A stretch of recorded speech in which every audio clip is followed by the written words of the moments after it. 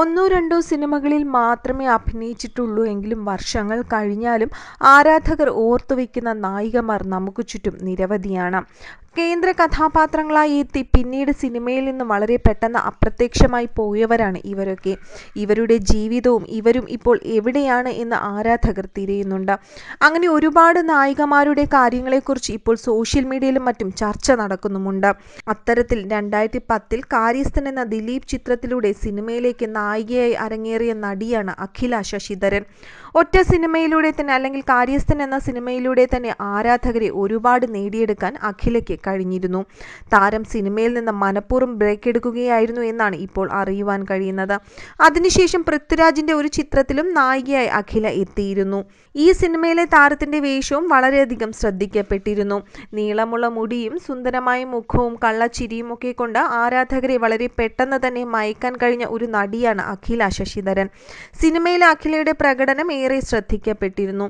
കാര്യസ്ഥനിലെ മലയാളി പെണ്ണെ നിന്റെ മുഖശ്രീയിലായിരം എന്ന പാട്ടിലൂടെ നിരവധി ആരാധകരെ അഖില സ്വന്തമാക്കിയിരുന്നു.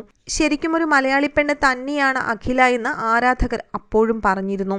ഇപ്പോൾ സോഷ്യൽ മീഡിയയിൽ വൈറലാകുന്നതും അഖില എവിടെ എന്ന ചോദ്യമാണ്. കോഴിക്കോടുകാരിയായ അഖില അവിചാരിതമായാണ് സിനിമയിലേക്ക് എത്തുന്നത്. ഗൾഫിലായിരുന്നു അഖിലയുടെ പഠനമൊക്കെ നടന്നത്. ചെറുപ്പം മുതൽ നൃത്തത്തിൽ അതീവ താല്പര്യമായിരുന്നു അഖിലയ്ക്ക്. നർത്തകിയായ അഖില ഏഷ്യാനെറ്റിൽ സംപ്രേഷണം ചെയ്തിരുന്ന വോഡാഫോൺ തകദിമി എന്ന റിയാലിറ്റി ഷോയിലൂടെയാണ് ആദ്യം ശ്രദ്ധിക്കപ്പെട്ടത്. ഈ റിയാലിറ്റി ഷോയിൽ അഖിലയ്ക്ക് 2ാം സ്ഥാനവും ലഭിച്ചിരുന്നു.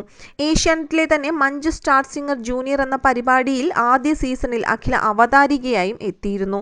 അങ്ങനെയാണ് അഖില സിനിമയിലേക്ക് എത്തുന്നത്. ദിലീപ് ചിത്രം കാര്യസ്ഥൻ തിയേറ്ററുകളിൽ വിജയം നേടിയിരുന്നു. പിന്നാലെ പൃഥ്വിരാജ് ചിത്രം തേജാബായ് ആൻഡ് ഫാമിലിയിലും അഖില നായികയായി. വേദിക ദാമോദർ എന്ന കഥാപാത്രമായാണ് അതിൽ അഖില എത്തിയത്. എന്നാൽ തേജാബായി എന്ന സിനിമ വലിയ വിജയകരമായിരുന്നില്ലെങ്കിലും അഖിലയുടെ പ്രകടനം വളരെ ശ്രദ്ധ നേടിയിരുന്നു. പിന്നീട് സിനിമകളൊന്നും ചെയ്യേണ്ട എന്ന് നടി തന്നെ തീരുമാനിക്കുകയായിരുന്നു. അഭിനയത്തോട് താല്പര്യമില്ല എന്നാണ് നടി പറഞ്ഞിരിക്കുന്നത്. എങ്കിലും വർഷങ്ങൾക്ക് ശേഷം അഖിലയുടെ വിശേഷങ്ങൾ അറിഞ്ഞപ്പോൾ വീണ്ടും നായികയായി തിരിച്ചെത്തണം എന്നാണ് ആരാധകർ അഖിലയോട് ആവശ്യപ്പെടുന്നതും.